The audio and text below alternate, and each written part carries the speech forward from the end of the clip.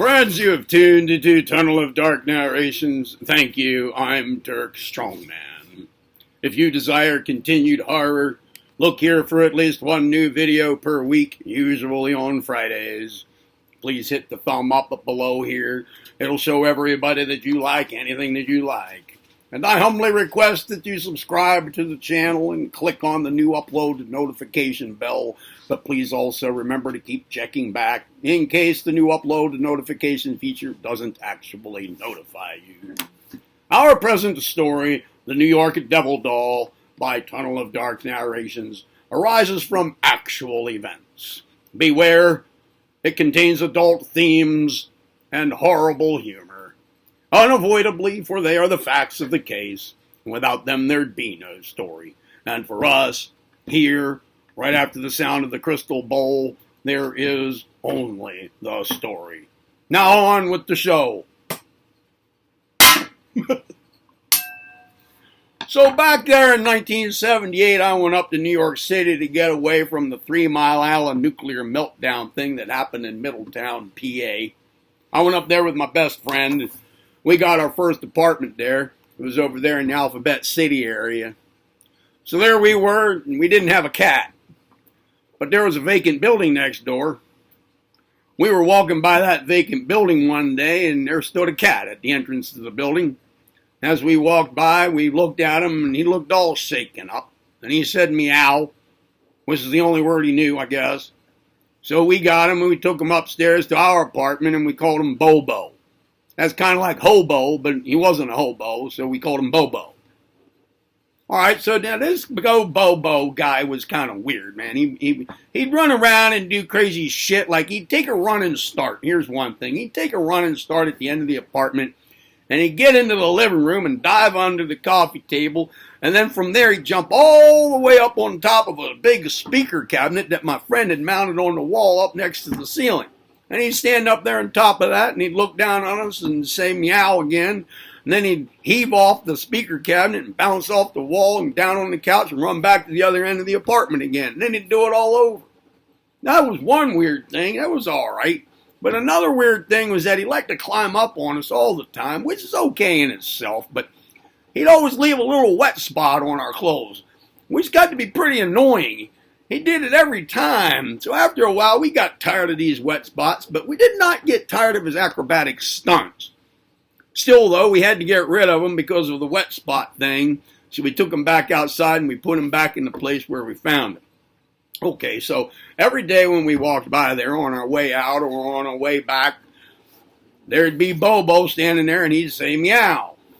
We felt kind of bad leaving him out there like that, but them wet spots, we just couldn't take them anymore.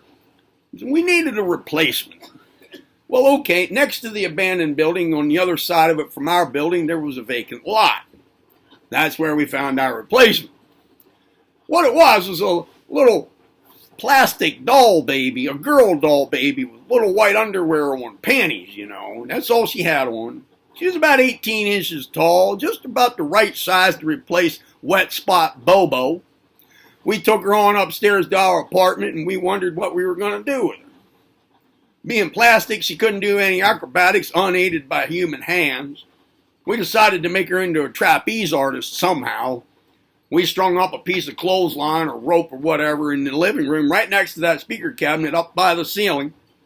We couldn't get her to balance on the thing, though, so we had to take out her arms and string her up there like that through her armholes. After a few days, we got bored looking at her hanging up there like that. So we painted the bottom of her feet black with a black magic marker, and that made a good contrast with the rest of her color because the rest of her color was what they call flesh tone. We thought it was funny, and so did our company that stopped over. But after another while, everybody got bored with that too. So then we got out a red magic marker, and we painted on a red splotch on her panties down there between her legs. Now, we and all of our companies got excited again, and soon that excitement wore out and we got bored with it too. So then we got out the black magic marker again, and we made her eyes all black and her teeth all black, and we put 666 on her forehead. That kept everybody entertained for a good 2 weeks or so. We called her the New York Devil Doll. But then after a while, we got bored once again with all of that. So we took her down from the clothesline, and we took her down, and we took her back down there. We deported her back down there to where we cut her in the vacant lot. As we walked by the abandoned building, out there stood old Bobo in his usual spot, and he said meow, and we said meow back. Then we kept on walking, and we got there to the vacant lot. Okay, so there we are. We stood there in front of the very spot where we had found the New York Devil doll in the first place, and we were saying goodbye to her, and as we were setting her down, here comes some hobo wino-looking old guy with a trench coat on and a hat on. He was about 40 feet away. He was just walking, but when he saw the New York Devil doll, he started to run. He ran right up to us, looking pretty angry.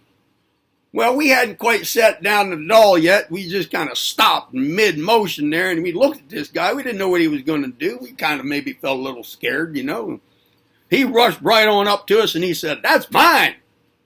And he snatched her out of our hands, and he looked like we'd done some kind of wrong thing to him, and he stuck her under his coat, and he ran off. Okay, now about a year later, my friend and I decided to have an adventure in Midtown. We went up to the old YMCA, I guess it was somewhere around 34th Street. We got a room in there for the night just to see what it was like. Well, it was pretty bad, and we had to go down the hall to use the only bathroom on the whole floor.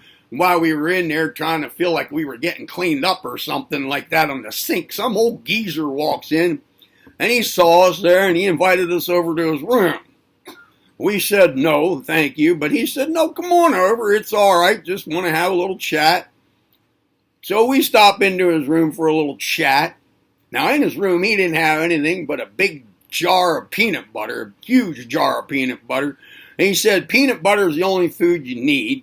Has everything in it, all your nutrients and so forth. It's all you ever need." And he asked us if we wanted some of his peanut butter because it's so good for you. We said, "No, thank you. We already had our peanut butter." So he sat there and he ate a whole bunch of it in front of us. And when he had a whole mouthful of it, he was scooping it out with his finger, and he had a whole big mouthful of it, and he said he wanted to show us a secret because we're such nice boys. He reached down under his bed and he pulled out that very same New York Devil doll that this other guy had snatched from us the year before down there in Alphabet City. We asked him where he got it, and he said his brother gave it to him and that we weren't allowed to touch it because it's so special, because it came from his brother who had told him that he'd taken it from two guys who were going to leave it outside, and he didn't know how anybody could be so callous. So then he said, "Look in the armholes here, look in the armholes." And he held them up so he could see. He held up the doll so we could see in the armholes. And we looked in the armholes, and the whole thing was full of peanut butter. Well, we said she looked really beautiful like that. And the old man said, "Yeah, but there's something he's always wanted to do." We asked him what that is. But he didn't say anything. He just started laughing and looking really wild and dancing around. He started poking his fingers in through the New York Devil baby's armholes, scooping out all the peanut butter and eating it, and then laughing more and poking his fingers in there again. He was getting real crazy. We had to get out of there. We didn't even spend the whole night in there, man. We went on back down to Alphabet City, and as we got near our building, there stood Bobo standing in his usual spot, and he said meow. We said meow back, and we went on upstairs. Okay, well, that's the end of the story. I know it's not very exciting, but it's true. It's all the damn truth. I just wonder to this day how some people can be so weird eating peanut butter out of a doll like that. I mean, that's kind of weird and creeped out. What do you think?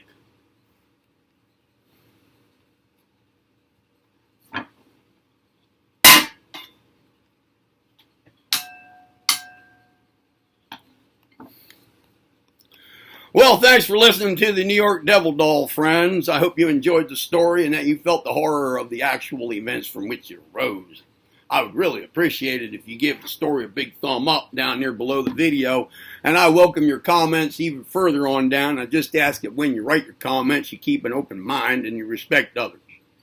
If you like this channel, feel free to support it by subscribing to it. And please always check back for weekly uploads. Lastly now, amid the noisy, confusing haste of this old world, its ghostly shadows of the past, and its vague uncertainties about the future. Strive to stay alive, to be well, and to find peace in your restless souls. I'm Turk Strongman. Thank you for tuning to Tunnel of Dark Narrations.